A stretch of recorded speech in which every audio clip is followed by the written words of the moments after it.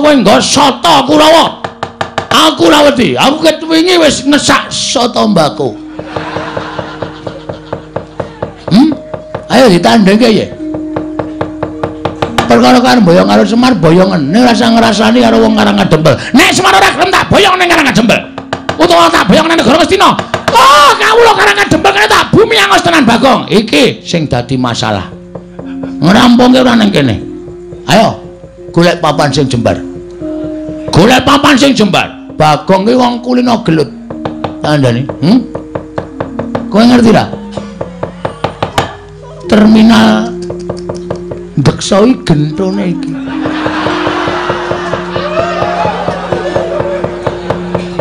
Aku ning wis insap. Aku wis ora manggon ning kono mergo aku wis tutuk lekku edan cara mbiyen. Dadi nek arep golek masalah karo aku ketangga karo Dur. Lho, nek ngono kok wani karo Durna? Genawe susul klambi kok ora wani piye?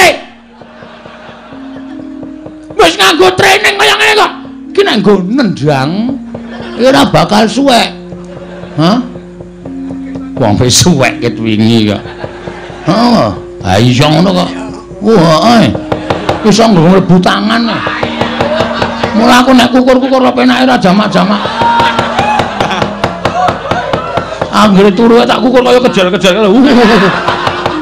Dapure ora. Hah? Mula ana bedhekan bakso apa sing paling enak? Ya kuwi bakso dikukur esuk-esuk. Tak printeng dasmu lho Gong kowe iki omongane ora. Ayo, nendi pampane terkati-kati. Lho, Bagong pepalange Bengawan Durna. Ora minggal ayo metu coba. Ayo tak tutke Bengawan Durna.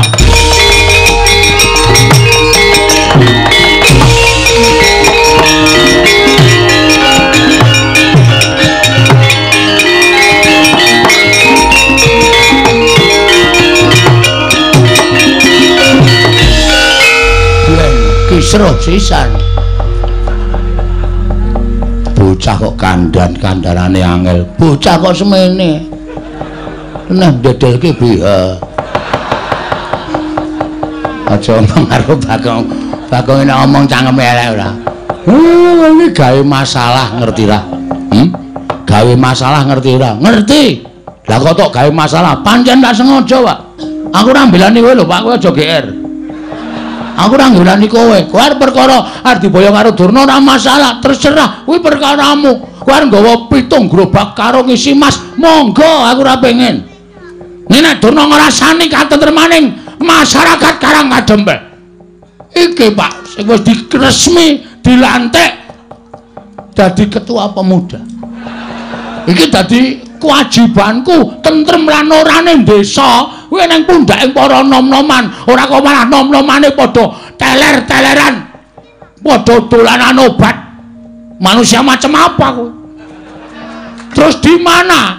Di mana tulang punggung negara nek tulang punggunge wedok teng gloyor ora karu-karuan, negarane remuk. Mula aku kudu sesanggem, aku tak rampungake. Aku adoh saka minuman keras, adoh saka obat-obatan. Sirku ngopo? Gawe tentrem Karangadembel. Nek ana sing ganggu Karangadembel kaya Durna kuwi mau, aku sing ora nrimakake. Tepuk tangan. Wah, tepuk tangan kok dikon. Ya wis rasa itu.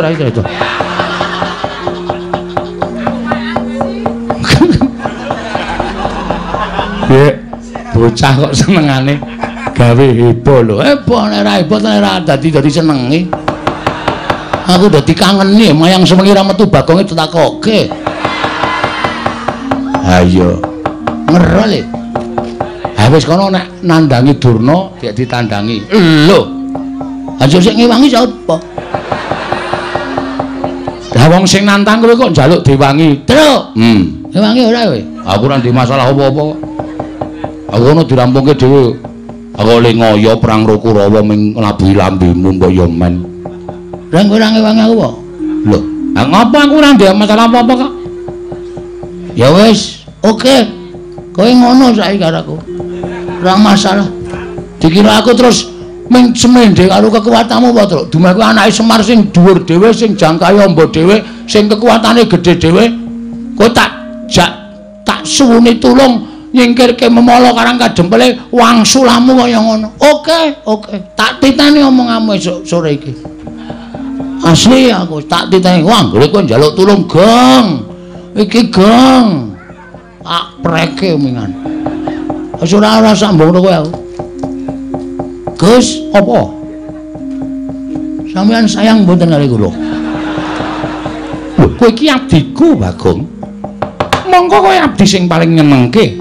Ngamarta ki nek ora ana kowe ming ana Gareng karo Petruk karo bapakmu ki ora gayeng. Ning nek ana kowe dadi gayenge ora jamak-jamak. Ngamarta dadi kaya kebak kabagian. Betul. Terus mengenai hal seperti ini sing endi? Durna niki wau lho. Pun kula tantange. Sing nantang Durna sapa kula? Sampeyan prisa to? Iya, aku ngerti. Lah terus napa sampeyan mboten ngewangi kula? Lho, Bagong, kowe arep gelut karo Durna to? Nggih. Aja kuwatir, aku sing ngrampungi. Kok ndur ngambung barang. Saking seneng kowe. Daradasena opo? Kowe sampeyan sayang kula mboten? Ora. Mbok sayang yo. Lah piye kon ngajar Kurawa? Wis kowe lungguh sing kepenak. Engko Kurawa tak jotosane. Asik. Ndara gak kaca. Piye Bagong? Kula dipotoli sirahe. Yo, aja kuwatir potolane. Wong sik drat-dratan langsung dicabut kae. Yo. Ben rusak ora iso didandani. Yo. Ndara Antarja, apa Bagong? Kula disemburi ape? Yo, semburane. Ben do mlonyo awake men do mundur saka areng kadempel. Yo, engko nek Durna mangkano maju perang krubut wong pirang-pirang. Yo, aja kuwatir. Ndara Bimanyu, apa Bagong? Sampeyan tahu to? Pas ngelak niku kula goleke unjukan mlayu aduh banget nganti kula gembrobyos. Iya. Pas teng tengah alas kelingan to? Iya. Pas pados Wahyu Cakraning ra? Iya. Dados pendhita? Iya. Kelingan mboten? Kelingan. Berarti lelabuhan kula gedhe tumrap sampeyan, ora bakal tak lalekake. Saniki kula nek ke taman kanan kaya ngene iki panjenengan pripun? Aja kuwatir aku mbelani kowe. Sip. Ora butuh kowe nyok. Yo lah edan yo. Bagong ngrayu sapa-sapa kok ya iso to ya. Padhake ora butuh kowe, terus ora butuh Gareng. Iki lho rekan-rekanku. Wis siap nandingi para sata Kurawa. Ngoten. Awong ya urung do mangkat kok. Kaya kowe iki bombong-bombongo. Oh iya ya. Niki lajeng mangkat methuke Kurawa njeng napa? Lho, aku manut kowe. Kowe iki ketua pemuda to. Aku manut ketuane. Oke, ketua pemuda memerintahkan. Blogegku geku sak lito. Lit.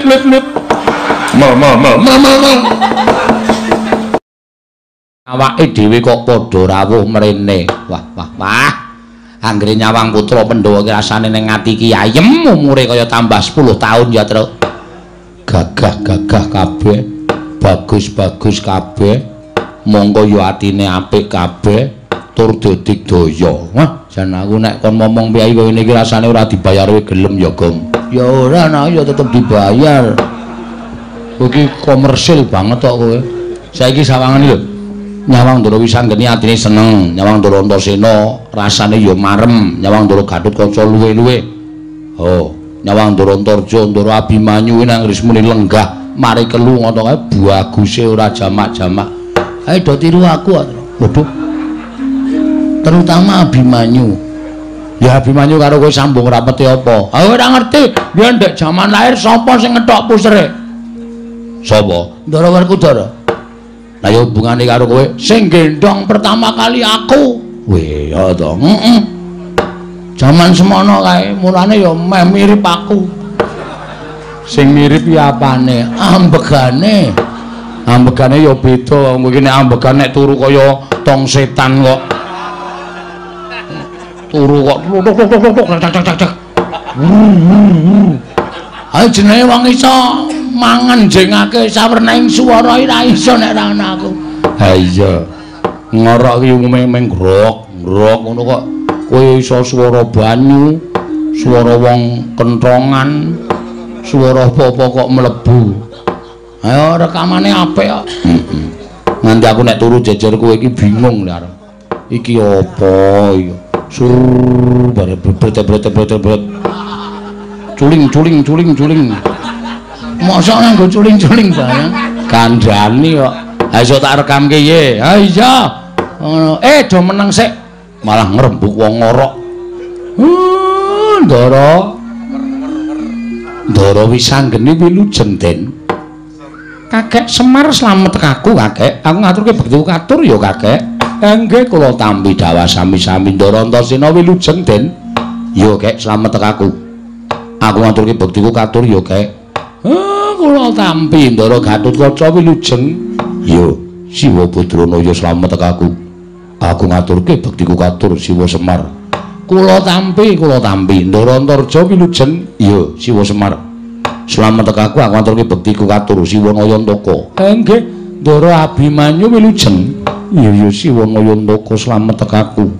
Aku ngaturke sembahku katur Siwa Semar. Mbok ampun aneh-aneh. Ora niki ming batur kok disembah. Niku malah mengke kula ndak kuwalat. Ning kula tampa dawah sami-sami dipun sekecaken anggenipun sami lenggah. Wah. Ndara Wisanggeni bekti kula kunjung nggih Den. Nala garing tak tampa. Tiba padha-padha nala garing. Nggih, Ndara Antasena bekti kula ya ring tak tampa. Matamu ora mari-mari. Waduh. Bar dialem matak-matake wong tuwa. Niki mboten iso mari areng ya kira kaya ngene iki. Ya syukur, muga-muga tak dongak-dongake ndang bener. Nggih, matur sembah nuwun. Raketang rada lara atiku. Dipun sekecaken, ya wis ora kurang kepenak. Ndara Gatotkaca bekti kula nggih, Den. Ya garing tak tampa. Ndara Antarja bekti kula, ya garing tak tampa. Ndara Abimanyu bekti kula nggih, Den. Ya nala garing tak tampa. Ndara Wisanggeni bekti kula, ya Petruk tak tampa. Ndara Antasena bekti kula nggih, Den. Ya terus tak tampa. Ndara Gatotkaca, ya Petruk. Ndara Antarja, ya Petruk. Ndara Abimanyu, ya Petruk tak tampa. Ayo, Gong. Ndara Wisanggeni, Ndara Antasena, Ndara Gatotkaca, Ndara Antarja, Ndara Abimanyu, bekti kula kanca. Kowe kok njur kabeh disaruk wae. Kesuwen e. Ming bagekke kok suwene ra jamak-jamak. Wong edan Bagong ya tak tampa tiba padha-padha. Wong kentir Bagong ya tak tampa tiba padha-padha. Wong edan Bagong tak tampa. Wong pekok Bagong tak tampa. Wong bagus Bagong tak tampa. Nah, kae ngisor dhewe kae nyenengke kae. Wis dibekteni suarane do ora penak. Lho, suaraku ora penak piye Bagong? Apa ya ora sang nganggo edan, ora nganggo pekok. Waras e kula iki. Ning saora-orane kowe iki wis dicap karo para kawula. Dicap. Disestempel. Terus kula niku gaweane teng kelurahan lho. Gaweanmu apa? Nyetempeli. Layang-layang niku lho. Lah iya, disestempel nek kula niku mboten edan. Iya njaluk ngapura. Ndara Antasena ya ora penak omongane. Ya njaluk ngapura, Gong. Ya ming kowe iki pancen ya rada ndugal kewarisan kaya aku. Waduh, rungu ra, Truk? Ha iya. Padha Ndara Antasena. Heeh. Ya ming aku bagus kowe elek. Atos meneh. Rumasaku ora penak to iki. Wis tak tampa wong kowe ya elek tenan kok. Wonten wigaton napa Ndara rawuh mriki? Aku ora butuh karo kowe, butuh karo bapakmu. Angge monggo kula ming anu kok. Ming nakoni kok. Enten apa, Den? Kakek, wonten dawuh. Setemene nggonku ngirit marang para putra mau, sayekti njumbah kelawan impenku, Kek. Sampeyan ngimpi napa? Ana ing dina Sukara Kasih kepungkur aku ngimpi. Mongko wektune kuwi puspa tajem utawa kadara dasih ketitik. Sawise nggonku rampung nggone nglakoni nendra wis gagat bangun Rahina. Ateges impen kuwi bakal kasunyatan. Ora nyono-nyono Kakek Semar kuwi kaya mangku Sang Hyang Candra. Soroting Sang Hyang Rembulan nalika semono nganti tekan pasuryaning Kakek Semar dadi mencorong mawa cahya sapa ing caketan tumuli entuk soroting saka Kakekne Semar kaya entuk daya kekuatan ingkang linuwih. Tumuli muli aku matur marang Kakangku Antasena, Kakang Garwaca lan Kakang Antarja dene Kakang Abimanyu ndak kanthi sowan mrene ingkang wigati yen pancen Kakekne Semar kuwi bakal duwe sedya, duwe gegayuhan, marata aku kandhanana, aku paring ana dawuh. Merga kanthi cara mengkono aku bakal sak biyantu marang Kakekne Semar. Bot repoting Kakekne Semar aku bakal bantu marang panjenenganing Kakekno Yantaka. Piye iki? Bloko wae, Pak. Pun, bapak niku sedyane bapak sing mangendikae kali kula diblakake ndara-ndara niki. Sinten ngertos ndara-ndara niku kersa mbiyantu bloko mawon, Pak. Mboten apa-apa, mboten ajeng duka niki anak-anak niku do ngerti kok niki pinter-pinter kok. Kula niki mung prihatin karo kahanan negara Ngamarta. Sampeyan mbok menawa ya prisa. Wong sampeyan niku dadi nom-nomaning negara Ngamarta. Ngamarta niki sakniki akeh wong sing padha regejegan. Ngamarta katone wis ora tentrem, morale kawula Ngamarta wis rusak, ilang tabeting rasa kamanungsan, wekasan nek nganti rusak ing para kawula menika mangke ngembet dhateng negari Ngamarta. Tan wurunga Ngamarta badhe rubuh. Nek Ngamarta rubuh kula sing didukani dening para dewa, sebab kula menika minangka dados pamong. Mula kula kepengin bangun kayangan. Lho. Bangun kayangan piye? Bangun kayangan piye, Kek? Bangun kayangan mboten bangun wujuding papan ingkang magrong-magrong kados kayuwangan mboten. Ning bangun morale para kawula, mujudake negara ingkang adil, makmur, warata, tias bagya mulya, mujudake praja ingkang ayem, tentrem, tunggal rasa cipta lan karsa sarta karyane. Sami-sami pitados dhateng pernataning hukum negara Ngamarta, wekasan gesanging para kawula sami majinamatan daya dinayan, tetunggalan manunggal, sayuk rukun hangangkat derajating praja Ngamarta den jagat Dewa Bathara. Ya jagat Mahestungkara. Yen to pancen kaya mengkono gegayuhaning Kakekne Semar kuwi becik, ya ngono to Kakang Antasena. Heeh. Lah terus kersane Kakekne Semar kula wau matur kali anak-anak kula. Syarate Pandhawa mundi pustaka Jamus Limasada kedah rawuh mriki sinuwun Ndarawati minangka dadi pujangganing Pandhawa.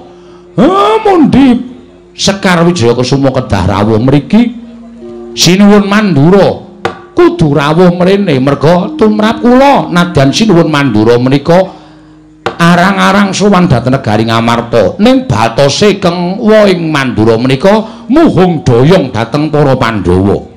Mila Ndara, anak kula gareng kula dawuh supaya mboyong sinuwun Ndarawati, Petruk pun sagu mboyong para Pandhawa, Bagong pun sagu mboyong sinuwun Mandura.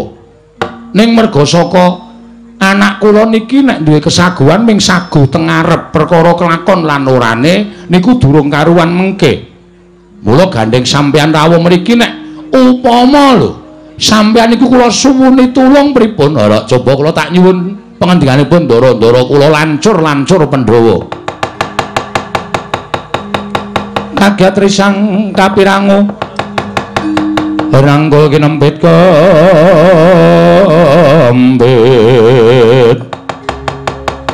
dosang reknaning bawana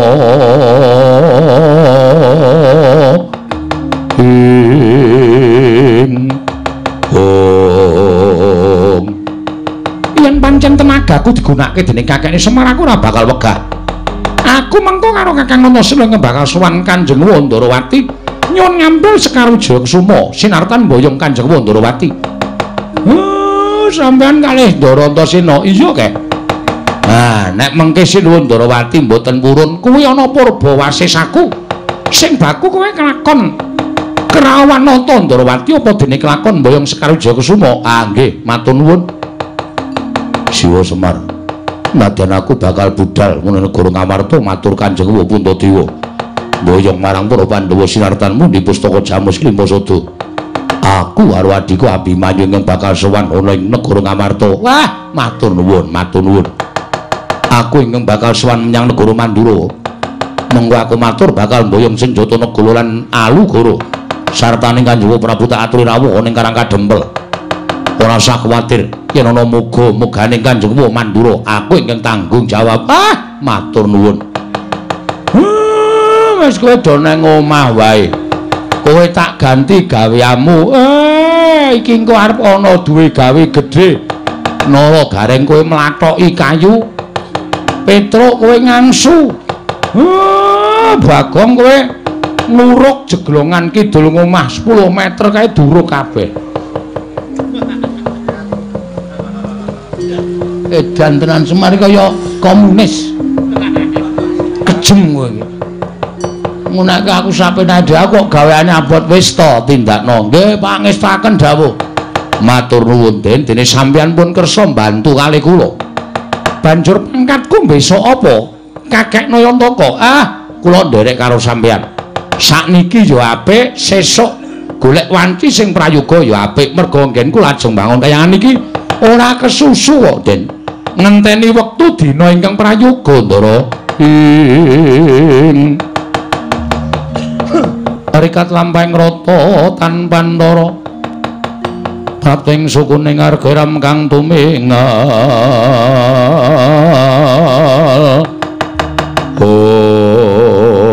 Dereng ngantos paripurna Balwacana. Kasarurawipun Begawan Durna, pandhita ing Sukalima miyak kang sagung sumaya karya kagiat kang samya mulat.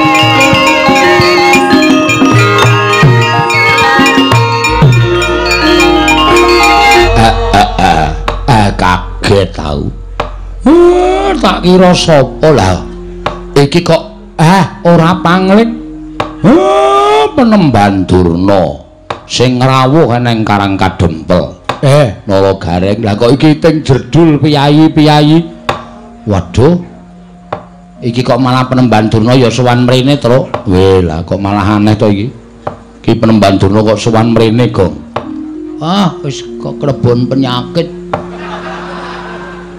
apa? Wis penyakit werna-werna nek kuwi pokoke.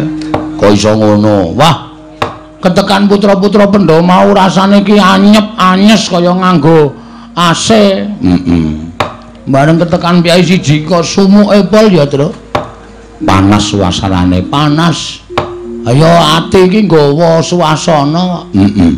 Nek sing rawuh ki atine ayem, atine becik, atine tentrem kuwi suasana iki dadi adem. Nek sing rawuh ki wong brangasan, wong tumindake elek iki terus dadi sumuk. Ha iya. Ning ya dirungokke sik wigatine Begawan Durna ki apa? Tak rungokke anggere macem-macem ajiar nang kene. Oh iki pendhita lho, Gong. Ora urusan. Ora urusan pendhita, ora urusan apa-apa. Ngisruh Karang Kadempel ajiar nang kene. Bagong meneng dhisik. Siap. Aku tak nyuwun prisa Begawan Durna. Takoni, Pak. Nek apik sediane diluluske. Nek kira-kira arep gawe kisruh, arep gawe rame, arep nyebar hoax. Hoax apa? Kirek. Kuwi hoax iki kabar tidak benar itu hoax. Ngono. Penemban wilujeng. Ya Semar. Slamet tekaku ning Sambikala. Arep aku tekan ning papan kene ana swara sing ora kepenak. Ning ora tak anggap ya Ben. Penemune wong kuwi dhewe-dhewe tumrap Begawan Durna. Ana sing penemune wong Durna kuwi apik, Durna kuwi becik, kuwi ya akeh. Ning ana sing duwe penemu Durna kuwi ya ala, kuwi ya monggo. Monggo angkene biji. Kula nyuwun pangapunten anak kula. Ora apa-apa. Wilujeng rawuhipun slamet tekaku.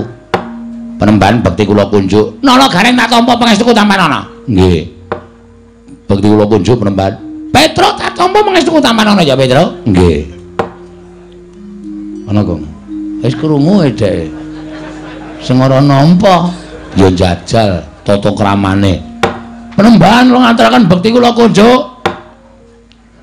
Penemban Durna bekti kula kunjuk. Kang, wonten dawuh. Kowe tak takoni kowe wangsulan ya? Nggih. Kowe ki nek ora sudon karo aku ngapa to? Kowe ki nek ora ndek panyokro elek, bareng kok bawa elek karo aku, kowe ki ngapa? Aku tekan ndi iki wis tak loke sing elek. Aku tekan ndi wis tak anggap penyakit ki. Janjane aku ki apa to? Tak takon karo kowe. Lho, sampeyan niku kok malah takon kali kula. Sampeyan niku sebagai napa? Sampeyan niku teng pendhita to? Pendhita kok tau neke penyakit? Ha apa ora? Ora ya wis. Rasa digawe sepaneng. Mosok pendhita kok penyakit, ya Tru? Kula ya ming sak omong-omong kula kok. Ning suaramu ki nyocok ning ati. Ayo ndo, aja nganti kecocok. Engko ki ngeyel kok Gong pancen. Bekti kula kunjuk, nek wonten lepate nyuwun pangapunten. Tak tampa, pangestu tampanana. Tak tampa sakarmu ora sakarmu. Ora penak. Ya wis ora tak tampa. Mangke kiriku men totoli pitik. Pangestu kok totoli pitik ora.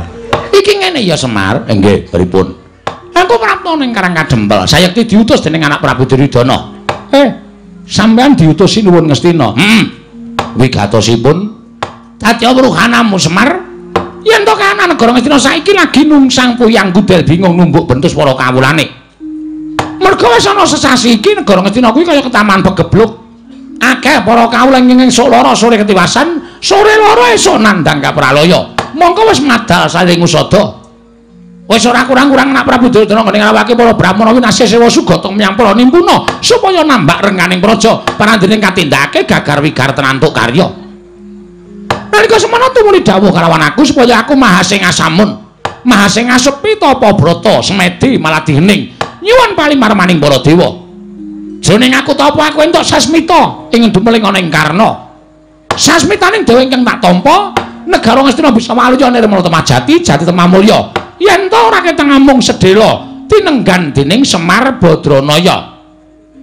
Mula Semar tumuli aku diutus dening anak Prabu Duryudana supaya sowan ning Karang Kadempel ing wigati mboyong marang kowe. Ayo tak kanthi kowe sowan ning negara Ngastina ora keteng amung sedina rong dina. Kowe mapan ning negara Ngastina mengko yen to pagebluk mau wis sirep tumuli kowe bali ning Karang Kadempel. Wadene kowe krasa kepenak nggone mapan negara Ngastina. Kowe moh bali marang Karang Kadempel. Ora apa-apa, Semar, ora apa-apa. Malah kepasang Yogya katujuh nginu. Dene kowe gelem mapan ning negara Ngastina. Kowe njaluk apa bakal keturutan. Kowe njaluk pangkat apa bakal kasembadan Semar. Nggih. Mula dina iki setemene aku ora kok sewani jen. Kurawa wis padha mlumpuk nedya mboyong marang kowe. Wis diyasake tandu. Saka ing Karang Kadempel tekan negara Ngastina kowe ora bakal dijak mlaku, nanging bakal ditandu, dianggep wong sing wigati, wong sing bakal gawe padang negara Ngastina. Ayo, dina iki mangkat Semar.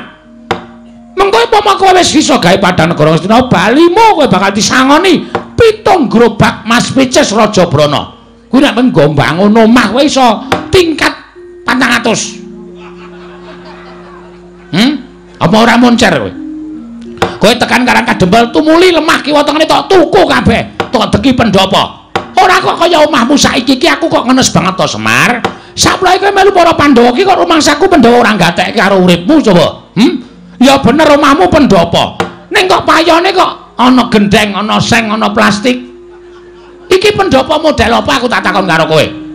Mongko nalika semono aku sowan mrene iki udakara wis 5 taun kepungkur. Lincakmu ya ora ganti-ganti. Lincak kok campur karo telek pitik. Kowe kuwi abdining Pandhawa. Lah kok uripmu ora mingsra babar blas. Mbok ya golek kamuktening lair to Semar. Golek derajat, golek pangkat, golek brana picis, golek bondo donya dienggo nyukupi marang uripmu ning alam padang. Nek kowe gelem sowan ana negara Ngastina, iki bakal malik grembyang amung diutung 3 kedheping paningal. Kowe sowan negara Ngastina 2 dina 3 dina bali dikanteni 7 gerobak Mas Picis Raja Brana, mutiara inten jamrut hergeni.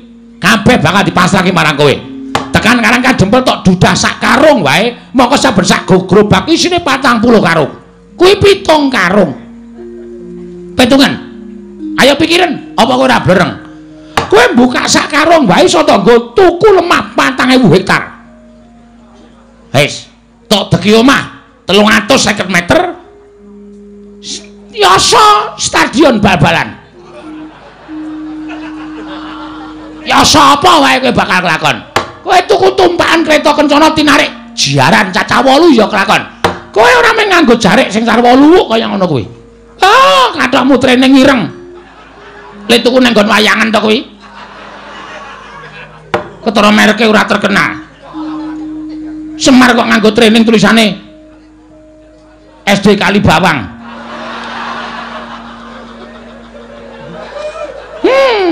Cetone training le ngenehi kuwi dum-duman. Sarungmu ya mung sarung luwuk kaya ngono. Kowe suweng ya mung suweng lombok abang ora ganti-ganti. Kowe sesuk nek wis saka negara Ngastina nganggo suweng sing gedene sak kurungan jago, dumadi saka inten ya iso nganti kewer-kewer kupingmu. Kowe nganggo sarung prada emas ya kelakon. Untumu sing siji kuwi ditretes inten. Dadi nek guyu mak klop-klop ngono. Apa ora glelek? Ora mung kowe sing sugih, nala gareng Petruk Bagong gawekno omah kabeh. Ora kelong bandamu tak kandhani. Nek isih kurang nyuwuna marang anak Prabu Duryudana, mesti maringi karo kowe, ora bakal wegah. Wong urip ki mboten anu lho, Pak. Mboten napa jenenge iki ngawula bondo donya. Arep kokean bondo donya nek atine ora tentrem, ya terus heeh. Nek cara aku mbok wis Pak urip ngenten iki malah kepenak. Ya, Gong. Ya ora ana ya penak sugih. Maksudnya piye lho kuwi? Gelem mar. Lho. Kono aku njaluk 2 karung. Tanggone nutup utangku. Terus tanggo yasa omah. Ora apa-apa mung sedheloke kok. Kowe tekan negara Ngastina kok diobongi menyan. Terus kok nek negara Ngastina Padang mulai nggawa 7 gerobak. Wah, gleleng, Mas. Wis yasa pendopo. Karo yasa sarean sisan nggo kowe. Kuwi lak kurang ajar to.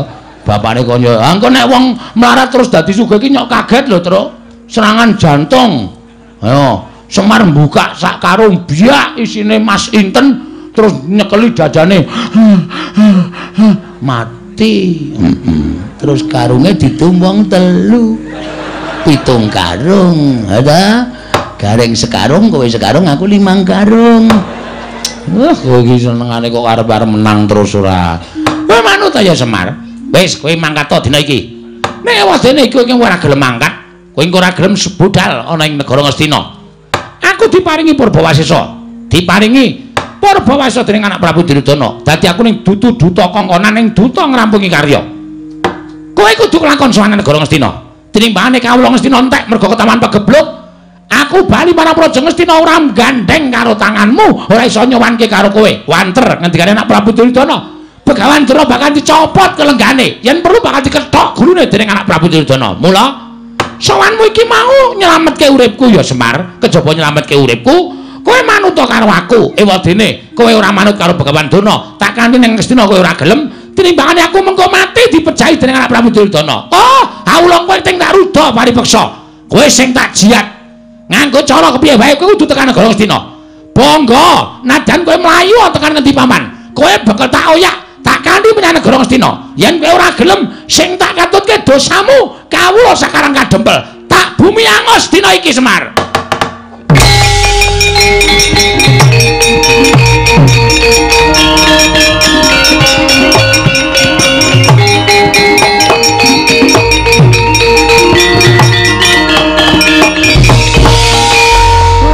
Bagong arep ngopo? Sik, Mar. Tenang, Mar. Iya ana kata-katane Durna sing marahi atiku merkitik. Merkitik piye? Durna mau arep meksa karo kowe ning negara Ngastina ora masalah, kuwi pribadi urusanmu wong loro. Ora ana sambung rapete karo anak-anak. Ora ana sambung rapete karo kawula Karang Kadempel. Ning bareng Durna ngucap, nek Semar ora gelem diboyo ning negara Ngastina, kawula Karang Kadempel arep di bumi angus. Iki nang kene iki sing marahi muntap aku, Pak. Pak kok, Bek. Aku muni Bek kok. Ameng lirike kok krungu ya, Mil. Kok nek omong sok kebablasen ora. Iki sing marai aku ora seneng, iki sing marai aku ora trima. Nek masalah kok diembet-embet karo kawula sakarang kajembel. Aku tak takon, kawula salahe apa? Kawula ora ngerti kenthang ki muling lelakon pojok plereting kanan. Kok arep dibumi angus karo Begawan Durna. Ora sadar dhek nek dhek iki omong ning ngarepe ketua pemuda Karang Kajembel. Sapa gong ketua pemudane? Aku. Lho. Kowe to saiki? Aku sapulahe menang voli. Wah. Anu menang voli kok dadi ketuamu gleleng padake toser. Wo. Gaweane ngumpani tak umpani swara semet, tak umpani swara semet. Lho, kok voli kok umpani swara? Dolop kok mingan. Dolop-dolop ora. Nemban, ngapa, Bagong? Kowe kok maju ning ngarep aku? Aku arep ngurus omonganmu. Ngurus perkara omongan sing kepiye? Kowe mau omong muni piye? Lho, kowe kok ora basa karo aku? Oh ya ora penak suarane. Gunane apa aku mbasani pendhita sing ora penak suarane? Kowe sadar ora to? Nganggo jubah putih, kethu putih kuwi pambegane ya putih, resik atimu. Ning sing putih mung jubah karo kethumu, nek atimu letek kowe pendhita ndok basa. Penyakit kowe.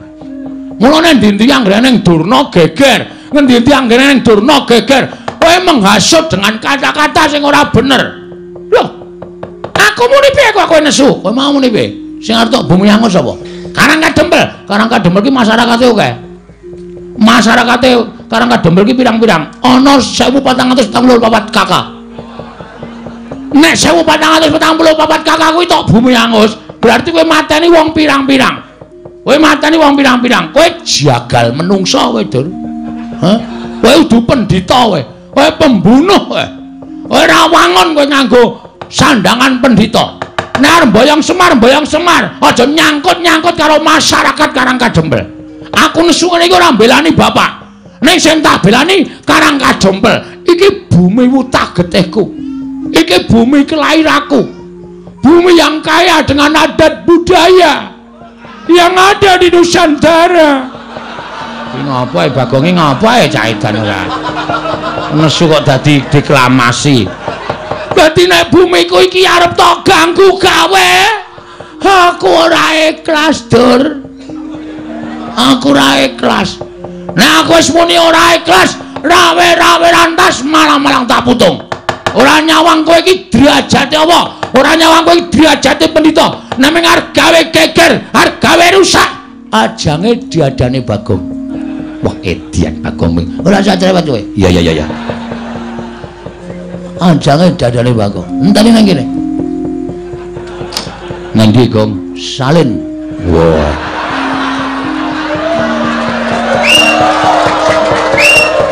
Nek wis aku nganggo kathok training sabukan tampar kawat putih ngene iki. Iki pakaian tak nggo ngajar wong ta.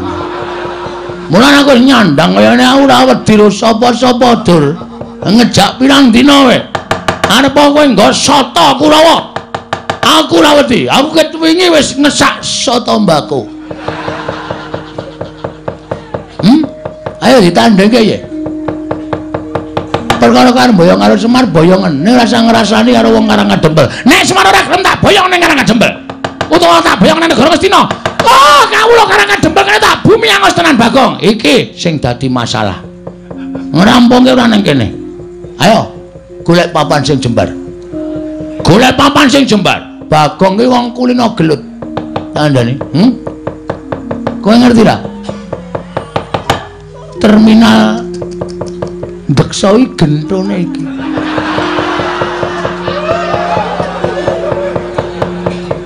Aku ning wis insap. Aku wis ora manggon ning kono mergo aku wis tutuk lekku edan cara mbiyen. Dadi nek arep golek masalah karo aku ketanggor kowe, Dur. Lho, nek ngono kok wani karo Durna? Genawe susul klambi kok ora wani piye? Wis nganggo training kaya ngene kok. Iki nek nggo nendang iki ora bakal suwek. Hah? Wong wis suwek ket wingi kok. Heeh. Ha iya ngono kok. Wah, iso nggo mlebu tangan. Mula aku nek kukur-kukur penake ora jamak-jamak. Anggere turu tak kukur kaya kejar-kejar lho. Dapure ora. Hah? Mula ana bedhekan bakso apa sing paling enak? Ya kuwi bakso dikukur esuk-esuk. Tak printeng dasmu lho Gong kowe iki omongane ora. Ayo, nendi pampanane terkati. Loh, Bagong pepalange Bengawan Durna. Ora minggat ayo metu coba. Ayo tak tutke Bengawan Durna.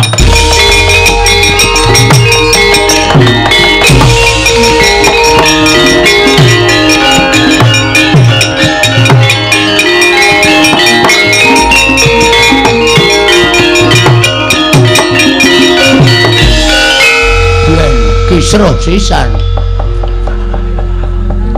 Bocah kok kandan-kandanane angel. Bocah kok semene. Nah dedelke biha. Aja omong karo Bagong. Bagong nek omong cangkeme elek ora. Iki gawe masalah ngerti ra? Gawe masalah ngerti ora? Ngerti.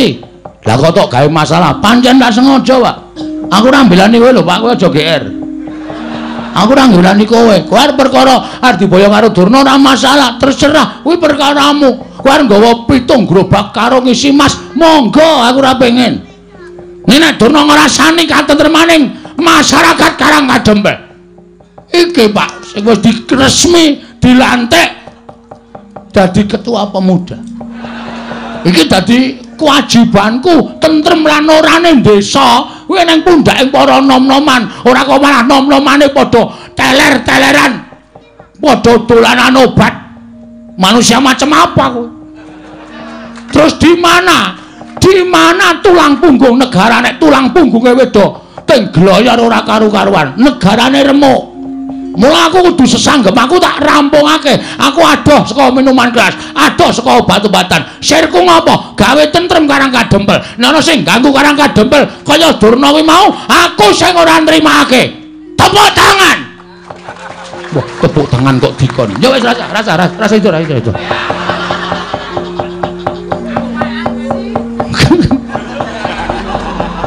Dek, bocah kok senengane gawe heboh lho. Heboh nek ora heboh ora dadi senengi.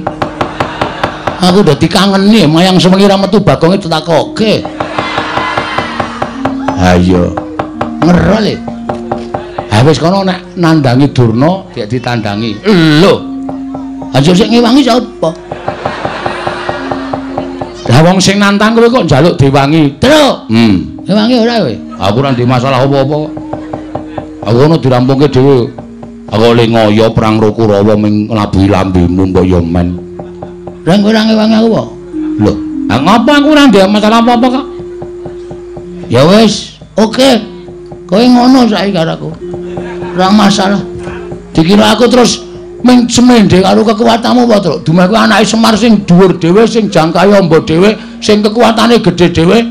Kowe tak suwuni tulung nyingkirke memala Karangkadempele wangsulamu kaya ngono. Oke.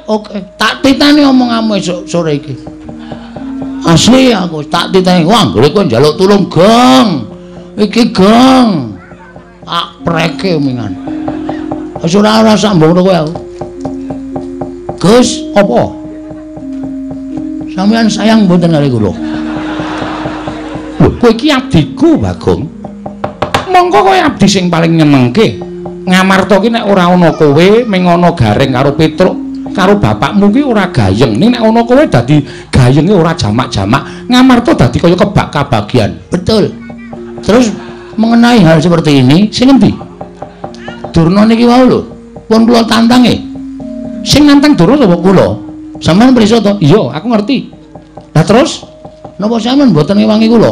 Lho, Bagong, kowe arep gelut karo Durna to? Nggih. Aja kuwatir, aku sing ngrampungi.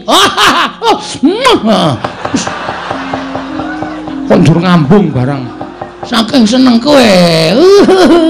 Daradasena apa? Kowe sampeyan sayang kula mboten? Ora. Mbok sayang yo. Lah piye kon ngajar Kurawa? Wis kowe lungguh sing kepenak. Engko Kurawa tak jotosane. Asik. Ndara Gatotkaca. Piye Bagong? Kula dipotoli sirahe. Yo, aja kuwatir potolane. Wong sik drat-dratan langsung dicabut kae. Yo. Ben rusak ora iso didandani. Iya.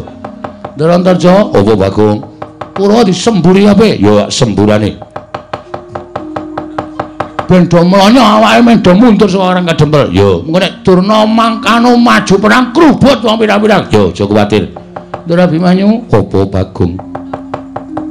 Sampeyan tahu to pas ngelak niku kula goleke unjukan mlayu aduh banget nganti kula gembrobyos. Iya.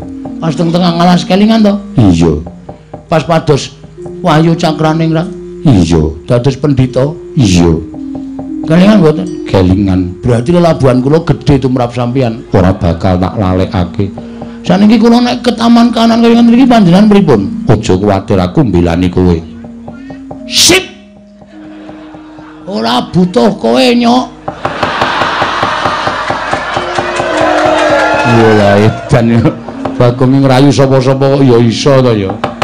Padhake ora butuh kowe terus ora butuh gareng. Iki lho rekan-rekanku. Wis siap nandingi para Sata Kurawa. Ngoten. Awong ya urung do mangkat kok. Kaya kowe iki bombong-bombongo. Oh iya ya.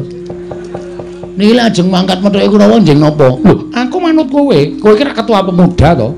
Aku manut ketuane. Oke, ketua pemuda memerintahkan anak-anak Pandhawa Buddha sekarang menemui. Aduh kok. Lho, ana anu Sata Kurawa. Dibuat mundur.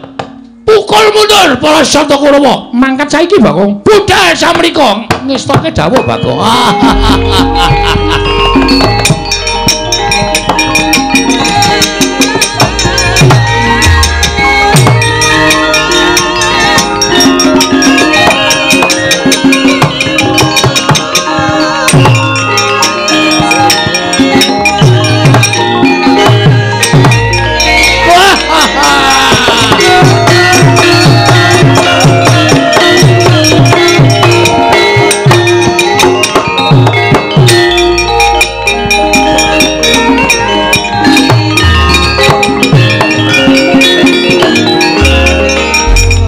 Kaya uncek ini kok ngeleng rasa. Piye, do percaya ora karo ketua pemuda sing ngesahke Nalendra Ngamarta do wedi karo aku. Budal saiki sendika, Bagong. Wah. Aku nek ora dipercaya karo telek-telek iki ora masalah. Ora apa-apa kowe ora percaya karo aku. Ane sing penting aku dipercaya karo ndara-ndara putra-putra Pandhawa. Nang kowe ya aja meneng wae Bagong, kowe mbantu. Siap. Mbantu aku nek anu apa jenenge jagoku kaya ngono kae wis kumandel mesti menang kok. Ayo. Aku tak mlebu ning ngomah tak ketemu karo mbokmu. Si Mbok Kanastren, Pak? Heeh. Pak. Kowe kok iso entuk Simbok Kanastren, moko Simbok Kanastren iki widodari lho, Pak. Kok iso entuk? Tok sebeh. Ora. Tok guna-guna mesti. Aku elek elek kae mbokmu tresno karo aku. Ngene wae, Pak, Simbok tapeke. Wis. Kowe cah nekat. Simbok barang kok dijaluk ora. Ayo kowe ora ngerti kok. Simbok Kanastren iki widodari reng. Wah, Semar iki gleleng. Mulane gedheke Semar tak bolongi. Awar ndelok polahe Semar. Anggere tak bolong tutupi kertas semen. Tak bolong meneh tutupi kertas semen. Tak uncek ra kena tutupi triplek keparatran. Bocah kok kurang ajar. Wong arep delok kok njaba padang banget. Wong arep nginjen kok bolongane disenteri. Wis ning jero rak ya krasa kok ana clorot-clorot. Ha goblokmu ora. Karena aku bar golek kodoke. Sentre rak ning bathuk. Ayo nang ngene iki malah sentre mlebu jero. Tau dipasangi dom terus Semar. Oh, Semar. Ben keculek matane ora. Dan untung ora nyoblos. Ungu nekno ladrang. Ladrang Wayu. Aja. Asmara Ndana? Ora. Apa, Pak? Santi Mulya. Walah.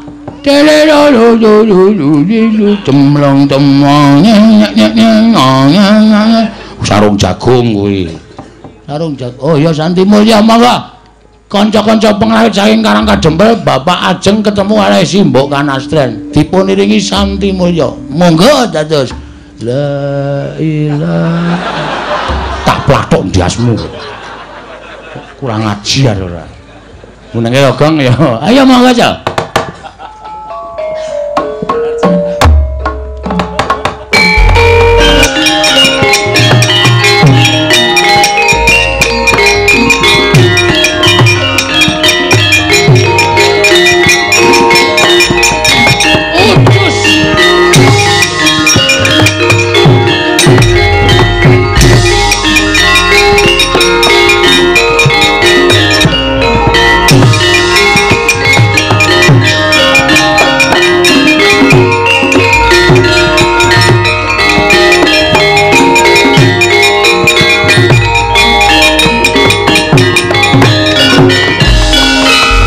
Kangro sesumbar lindhu bumi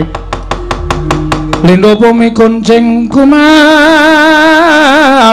dukundur katup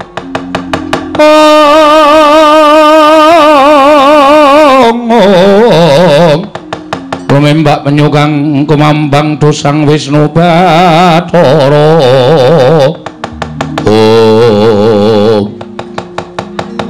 Bagong Samai, aku kok kaya urung tau tepung. Lho, aku Kurawa, piranganing Sata Kurawa.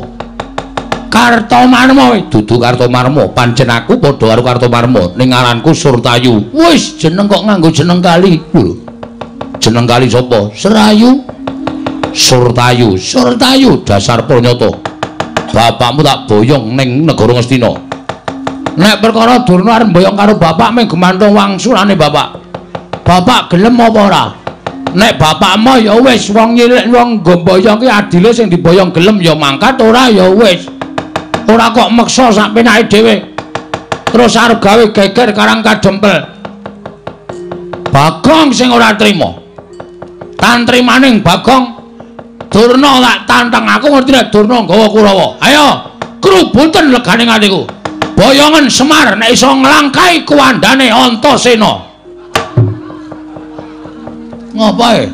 Aku sing tok ajokke. Ha sampean iki aja ngewangi kula mboten, ngewangi kowe. Aming ditantangke kok nesu. Lha niku wong tuwa dikeplak. Salah kok omongane tim clemong sak penake dhewe. Pun pokoke sampean siap, begitu niki wani sikat. Yo. Karo ketua pemuda ora kena ngeyel. Iya, yo. Nyepelekke ora. Iki jagoku. Lho, Antasena. Heeh, Pakde. Aku sing ngewangi Siwa Badranaya ya kakekne Semar. Nek Pakde Surtayu ora gelem mundur sak Kurawana aja takon dosa aku sing ngarep ngundurke Kurawa. Mulane Bagong gembilo sirahe gleleng pacake. Jebul didombani karo Antasena. Pancen bener, nek ora ana iki apa wani aku. Aku wonge jujur kok. Gandeng ana para putra Pandhawa mula lambeku sak penake dhewe ling jeplak. Mergo aku dikewang karo anak-anak Pandhawa. Ayo. Sirnana Ndara Antasena boyongan Semar. Nadyan kowe diwangi anak-anak Pandhawa sepuro kekuatane anak Pandhawa. Apa kira-kira iso ngalahke para Sata Kurawa sing dadi nyatane minggir jajale Antasena. Siap Den, siap Gong. Maju. Yo. Ora ana sampean modar tenan. Kita arep melu perang Bonangel nggih perang niku nggih. Lha kok kita kaya mencolot-mencolot. Perang kula niku mung guru senam e. Dadi sane mung mencolot-mencolot nek kon ngantem ora iso blas. Pengen iso perang? Pengen iso perang? Pengen. Ngamuka tak bantu. Serius? Yo. Ya ora mung omong kosong lho, ora. Tak bantu. Carane aku mancing ning awakmu. Tenane? Tenan. Metu ngendi? Metu cangkem? Ora sedeng. Napa niki? Niki cium ning sok amba barang.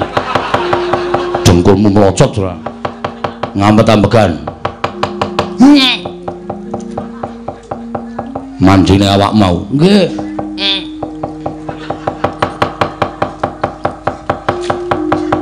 Wis. Wis. Lho. Gus? Sampeyan teng pundi? Ning awakmu. Serius, tenan. Kowe ora iso lara, ora iso mati. Kowe kenggonan aku iso ambles bumi. Kowe iso mapan ning jero bumi tanpa beda ning daratan. Tenane, tenan. Carane ngampet-ambegan awakmu tibakno ning bumi engko ora bablas tekan jero bumi.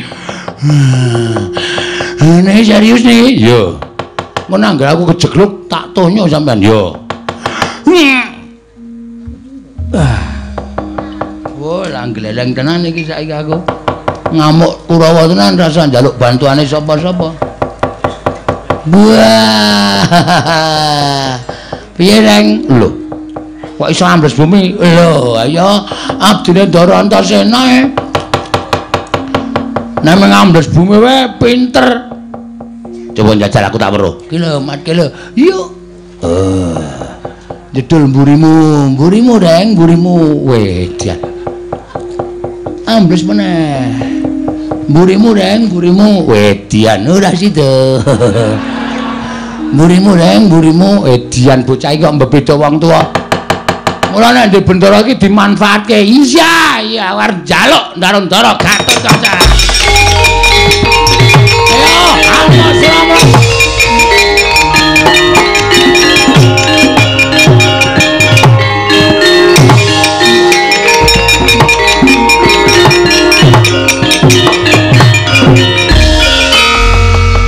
Mula garing nggih.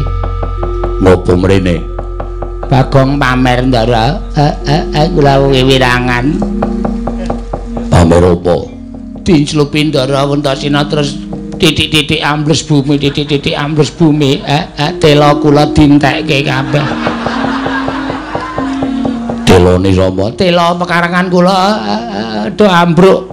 Jupuki Bagong saka njeron bumi. Bagong iso ambles bumi. Dinjingi Ndara Antasena, mbok kula dinjingi ta Den, mari iso mabur. Pengen aku mancing ning awakmu? Nggih. Ngampet-ambekan. Aduh. Malah ngentut kula. Pun kepun. Kowe tak nggoni awakmu kowe iso ngambah Dirgantara. Sapa-sapa iso tak sambri. Oke, Gempon.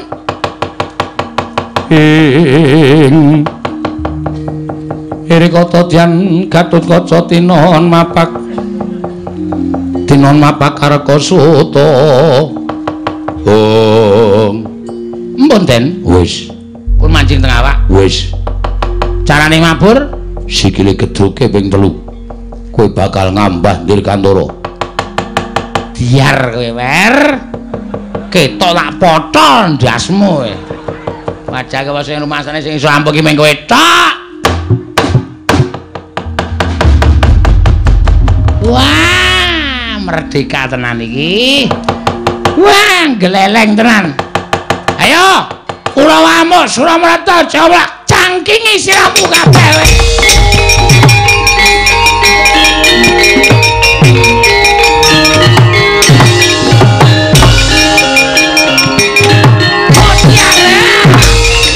Wah, edan.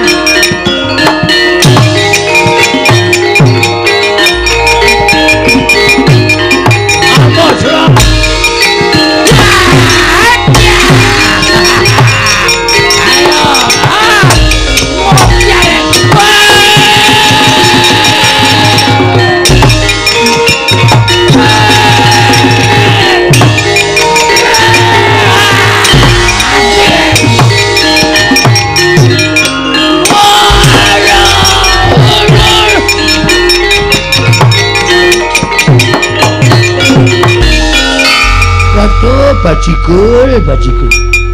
Wah, cilaka iki. Apa ora kowe Durmagati kowe? Tak tancepke lemah kowe. Mati dereng aku Kurawa kok glelenge karepe dhewe. Kowe tak plinteng ndasmu lho, Reng. Kok njur aku ditimblas-timblis wae. Wong loro digdaya tenan iki, Gong. Ayo, kowe iso ambles bumi, aku iso ngambah Dirgantara. Ayo, arep ngapa kowe? Waduh, Durmagati lolos, Durmagati lolos. Waduh, kok mak slep kok ya penak banget ya Bagong ki ya. Kaya ora ana ganjelan sithik mandlep ngono. Jan kaya ora ana gregel-gregel iso. Kaya mak slep ngono lho, penak banget ngono lho. Edan anak. Rumansa kok kaya ning banyu. Aspalatos barang kok ya. Iso slap-slap.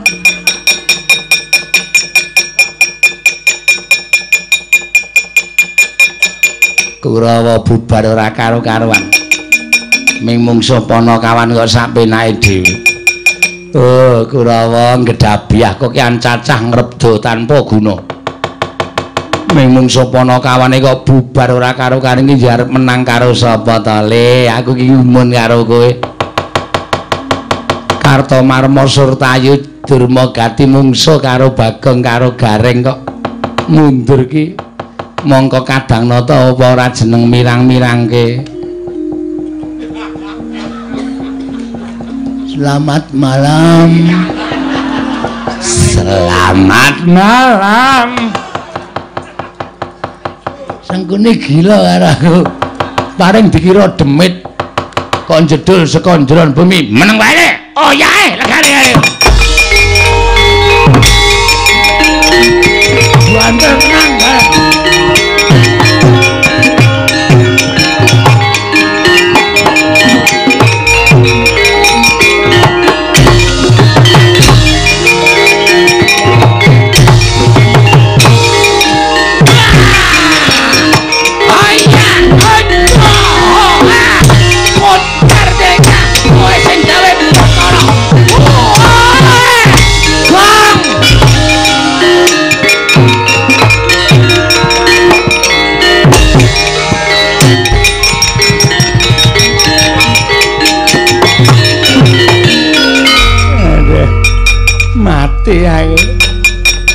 mati aku Sambata. Ayo amuk Suramarata Jayamarata imbang yen padha-padha. Bagong aku njaluk urip. Kurawa jak mulih. Kurawa ora gawe rusak Karang Kadempel. Jak mulih.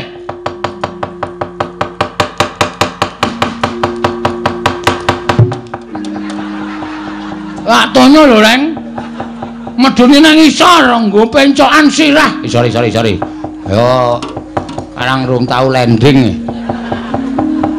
Nyun ngapura kaya. Ki sing dadi tok sumbering perkara wis kecekel. Heeh. Kawake Reng. Bondo wae. Terus tangane dibondo, sikile dibondo, klikarke ning aspalan. Kowe golek beras sak gegem, heeh. Aku tak golek pitik sak oke-oke. Beras diwur-wurke nang mripate Sengkuni, pitik diculke ora nata limatane Sengkuni.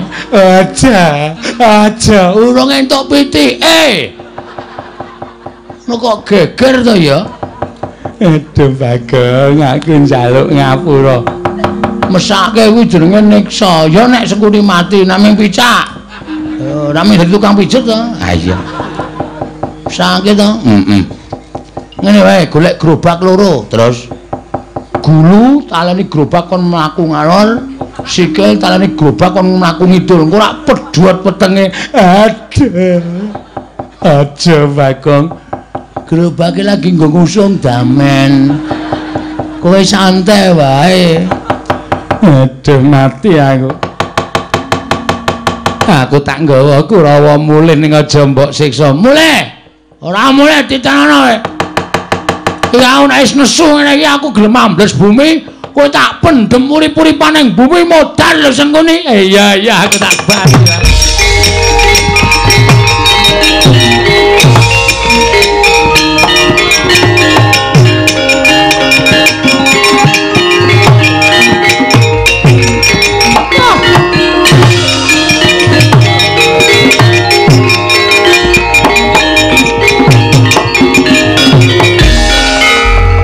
Iki pendhitane iki.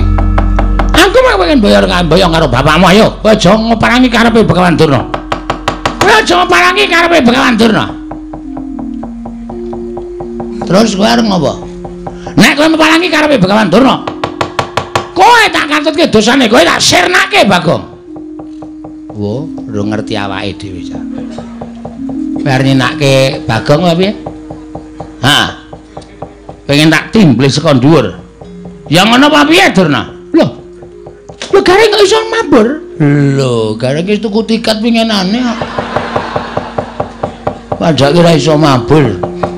Gareng nek wis ngono kae nimblis apa-apa iso pecah sirahe. Gareng nimblis sampean dies. Sampean pecah sirahe glecak. Aku saka njeron bumi. Slep. Halo. Iki tak ketokke ndase tok. Ndase tak ketokke, awake tak klelepke. Hah? Kowe ditimblis Gareng. Ak candhawamu ak pendem urip-uripan sing arep ngewangi kowe sapa ya? Hah? Loh, kowe sambles kuwi cetha yen kowe kenjingan Antasena. Pancen iya, mula aku digdaya. Tamana cundha maneh nek nganti aku tekan ning pati meguru karo kowe. Cundha maneh ora temomo ning awakku, kowe sing tak ajar Begawan Durna.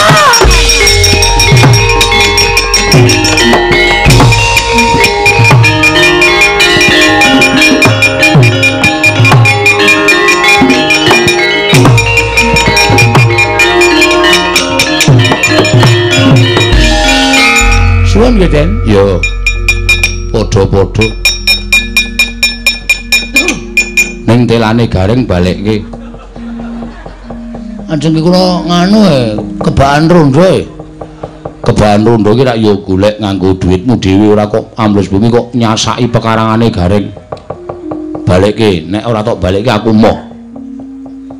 Kowe tak pidana engko. Nggih, mengentuk sithik kok. Sithik apa ning katok gedabel ngono kok. Karang kula lebokke sak barang e. Gongen. Kurawa wis mundur. Nggih.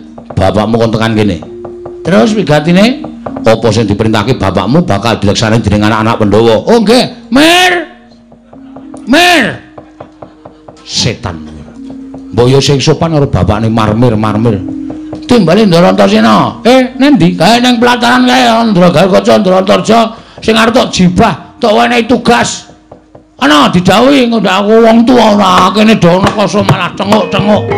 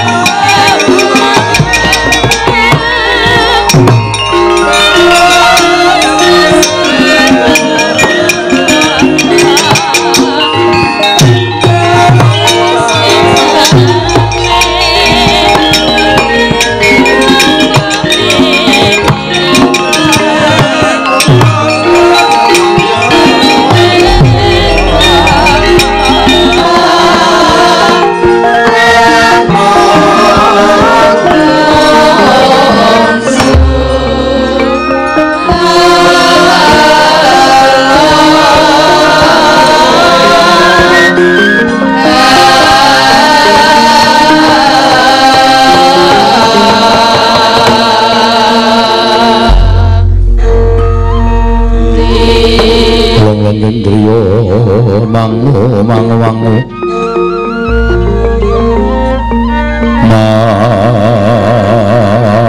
mangunggung kanduhan remang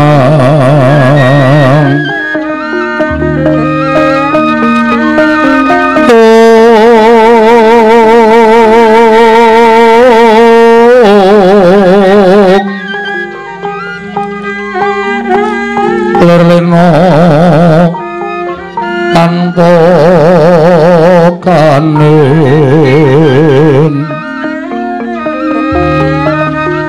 yen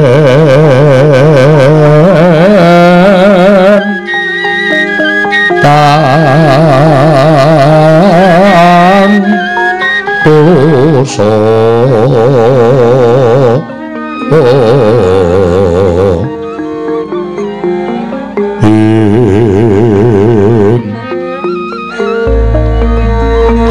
Prabu Sang Utama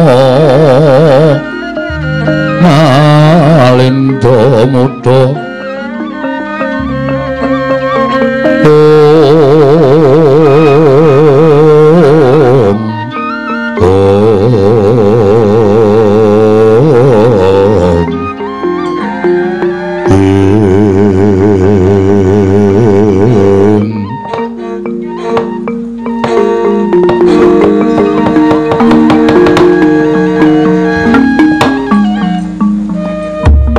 Sumana madin wikara sasmintaning sun jagat wasisaning Bathara ora panglingka yatmat jagun drepsila geni wisan geni ingkang sowan ing Praja Ndrawati padha kanthi harja nggir sawanira kulup Bambang Wisanggeni tansah pinanganing kawidadane ring Sambikara Praptakuwa aku ngaturake sembah bektiku katur ngersaning wa Ndrawati ya tak tampa gawe gedhening atiku ora liwat pangestu ning wakmu tampanana ndak gegem dadiake jimat Antasena Atmat Jaku cah bagus padha kanthi raja sak praptamu pangestu Siwa Ireng wilujeng ning Sambikara aku ngaturke bekti katur ya wa ya nggih tak tampa pangestu tampanana anggere kekalih ingkang paman ngaturaken karaharjan rawuhipun nggih paman Setyaki minantu ing karaharjan sowanku paman bektiku katur ya paman iki kula tampi bektiku katur ya mak cilik iki kula tampi Anggir Antasena dipun sekecaken anggenipun sami lenggah wonten ing datul ya Praja Ndrawati ya mak cilik kaya wis ora kurang prayoga Wisanggeni ana mari gawe apa dene sira sowan mongko tanpa tinimbalan mara gage matura yen pancen sowanmu iki saka pribadimu dhewe matur ingkang terwaca nanging yen ana ingkang utus sira diutus sapa kulup Oma Ireng Atmat Jaku Ndrawasila geni kepiye sejatine Praptakuwa ning negara Ndrawati iki ora saka karepe Wisanggeni dhewe nanging pancen aku ana ingkang utus sira kulup diutus dening sapa aku diutus dening Kaki Badranaya ya kakekne Semar wa mugi andadosna ing kawuningan yen to sejatine kakekne Semar mau banget nggone menggalake marang negara Ngamarta ya kuwi negaraning pepundhenku para Pandhawa mulya ento nganti ana wawan sithik wae tumrap negara Ngamarta mesti kakekne Semar mbudidaya supaya mulihake negara Ngamarta kaya wingi uni ya pancen kuwi kewajibaning Kakang Semar Badranaya lah dina samengko cetha banget Kakang Semar dawuh kalawan Wisanggeni kakekne Semar dawuh kelawan aku yen to wektu dina iki negara Ngamarta nedheng taman Pacoban akeh para kawula ingkang padha sinar marang kautaman wekasan jejeking adil padha ditinggal pernataning hukum negara ora padha dipaelu wekasan padha ngudel bingung numbuk bentus sakarepe dhewe mula kakekne Semar bakal duwe gawe ya kuwi mbangun kayangan dudu kok wujuding wangunan ingkang magrong-magrong ingkang tanpa beda kaya wangunaning kayangan kuwi ora nanging pengen mujudake negara Ngamarta kuwi uriping para kawula embane kaya ning kayuwangan kebak ing katentreman kebak ing karukunan lan kabungan ora ana rasa cedha cinedha ora ana rasa cacat cinacat lan ora ana rasa regejegan anane omong sarwa tentrem suka raharja kepengin diwujudake ana ing negara Ngamarta nanging ana syarat sranane ya kuwi kudu nampa rawuh ing pusaka Ndrawati ya ing winastan Sekar Wijaya Kesuma mulawa gandeng kakekne Semar kuwi piyaying wis keladuk yuswa mula tumrap Wisanggeni nyaguhi marang apa kang dadi dawuhing kakekne Semar minangka duta saka Karangkadempel sowan marang Praja Ndrawati ing wigati aku pengen nyuwun ngambil Sekar Wijaya Kesuma yen perlu Siwa Ndrawati ndak aturi rawuh ning Karangkadempel saperlu ngestreni marang kakekne Semar nggone bakal duwe gawe mau apa upama Siwa Ndrawati ora kersa tedhak dawuhing kakekne Semar cetha lamun yen Siwa Ndrawati ora kersa rawuh ning Karangkadempel ing kudu rawuh pusaka Ndrawati Sekar Wijaya Kesuma wa ireng ing Ndrawati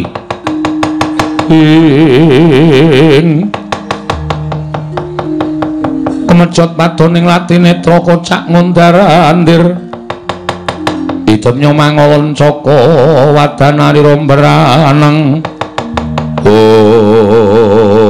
koseta Lah kok dadi Semar pengen bangun kayangan kuwi? Apa pancen wis dibeta nganggo naring kang ganep? Yen perkara Semar nggone bakal bangun negara Ngamarta kuwi pun wa sarujuk pun wa mathuk nanging ora usah nganggo tembung bangun kayangan. Sabab tan wurunga lamun kapireng dening para Jawata, Kakang Semar bakal nampa pidana saka para dewa. Mula Kang Sanga kuwi wis anggeni yen to siji sira kepengin nyuwun ngampil wujuding Sekar Wijaya Kusuma. Aku tak takon karo kowe Margake Wangsulana, Sekar Wijaya Kusuma kuwi apa to? Kuwi pusaka kadewatan. Kuwi pusakaning para Jawata ingkang diasta dening Wakmu Ndarawati. Mula rasa ben wong diwenangake ngasta dening Sekar Wijaya Kusuma. Apa meneh amung drajating Kakang Semar Badranaya. Mula Kang Sangka kuwi sing gedhe pangapuramu siji Sekar ora bakal tak paringake. Angka loro aku ora bakal prapta ning Karang Kadempel. Merga aku wegah yen to nganti klepetan dedusaning Kakang Semar gone bakal bangun kayangan mau wis anggeni. Kaget risanggap irang nangkul kirempit kempit dosang reknaning bawana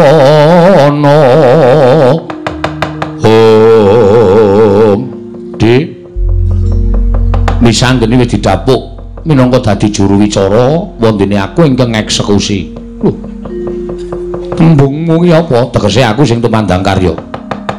Nek Pakdhe ora maringake Sekar Wijaya Kusuma diboyong marang Karang Kadempel, tegese Pakdhe ora njurung marang kersaning kakekne Semar nggone bakal bangun kayangan negara Ngamarta. Tegese Pakdhe mentawa marang kacintrakaning negara Ngamarta, Pakdhe seneng yen to negara Ngamarta bakal rubuh.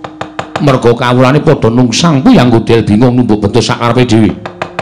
Mula yen to nganti Pakdhe ngiklasake kaya ngono aku sing ora trima. Saiki ngene, Pakdhe gelem maring ngampil apa ora? Lho.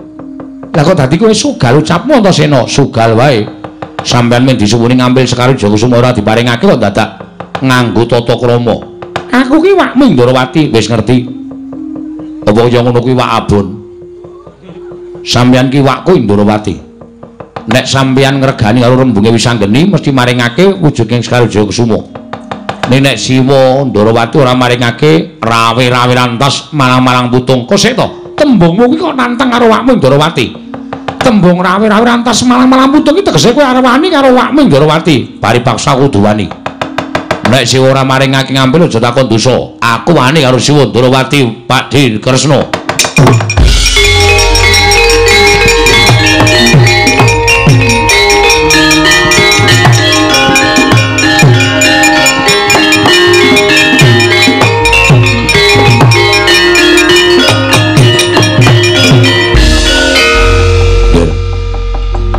Menawi angger badhe tumindak kados mekaten mangsaipun sanes Kanjeng Prabu Ndarawati. Nanging Setyaki minangka dados Senopati Ndarawati ngempun naremaken tentrem lan botenipun negari Ndarawati menika wonten pundhakipun Senopati Ndarawati ing pamaning Garbaruji. Iya, aku ngerti, Pakdhe. Pancen wis tak jarak.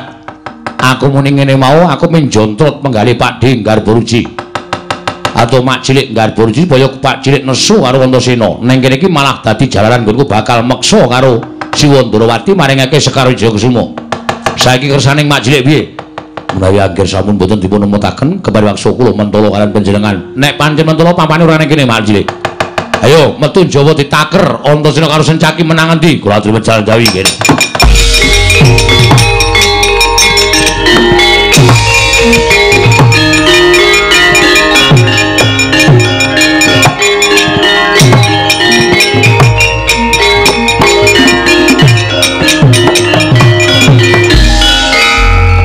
Krewikan dadi grojokan geguyon dadi tangisan.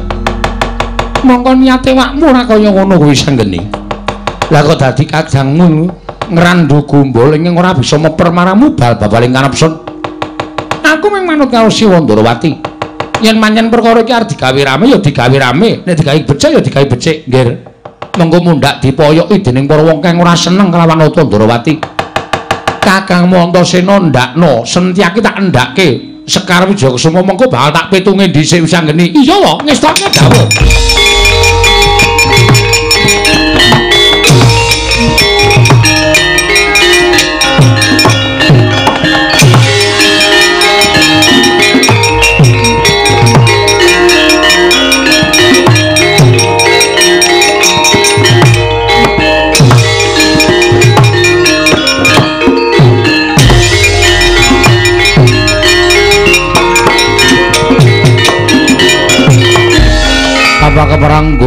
mungguing ayuda kelapak bawatnya bentar bawatnya bentar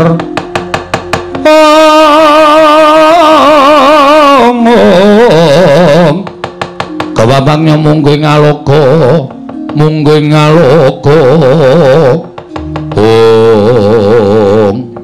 neng kene saiki ditemtokke Antasena karo Majelis Setyaki iki kekuatane menang endi janjanipun kula melas kalian panjenengan aja melas Majelis aja melas wong sadepan-depan ngene iki aja nurun duwe rasa melas mengko ndalik tumandang ora lahir batin ketokno kasudibianmu aku ya tak ngetoke kasudibianku babar wisan ditaker anak werku Dara karo Satru Garbaruji iki menang sapa nggih ngendikanipun sampun kados ngaten panjenengan mriku ngendikanipun nyocok dhateng manahipun ingkang paman pancen tak sengaja Majelis nek ora ngono ndak ora dadi perang malah saiki diseksekke para kawula sanegara Darawati Antasena karo Setyaki iki menang endi nuwun sapunten pancen ora kena digawe becik yen ora kena digawe becik jaluk pangapura yen pamanmu Garbaruji Mentala karo kowe Antasena ayo pangga tayani Majelis Setyaki oh iki merganing batimu Kakang Antasena Kakang Antasena aja kaya ngono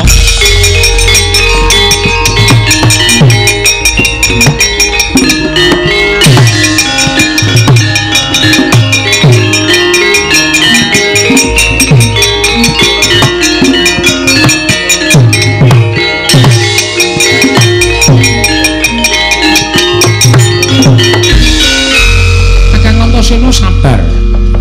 Wah, ngegol-goli kowe gini. Wis arep dadi mingkari bet-bet ngono. Rame iki mau. Rame-rame apa? Iki ki makmu cilik, makmu kiper kuwi. Makmu cilik. Kowe iki omongane kok kaya bocah enom to.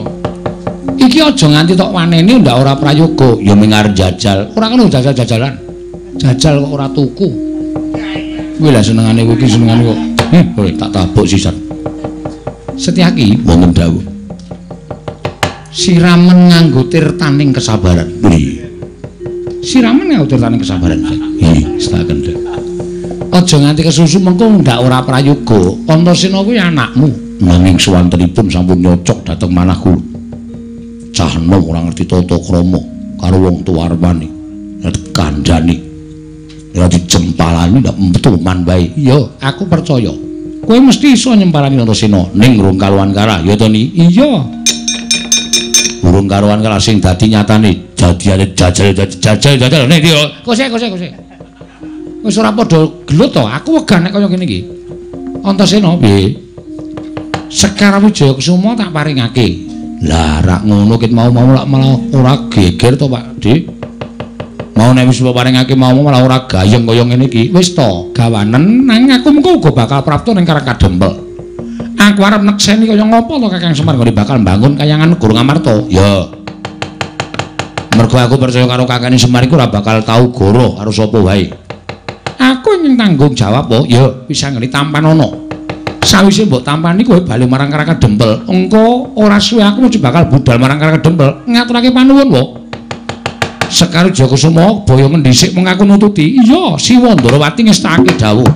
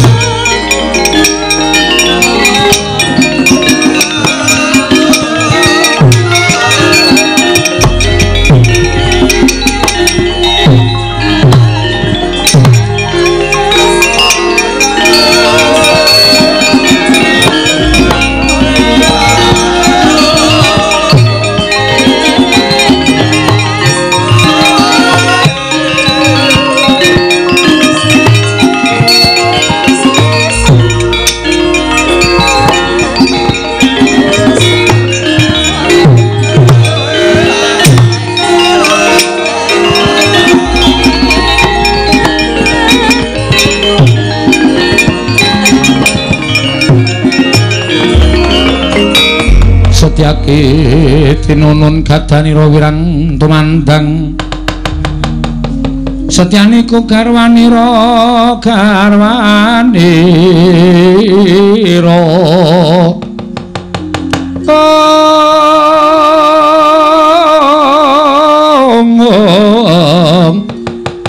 Setyaniko garwanira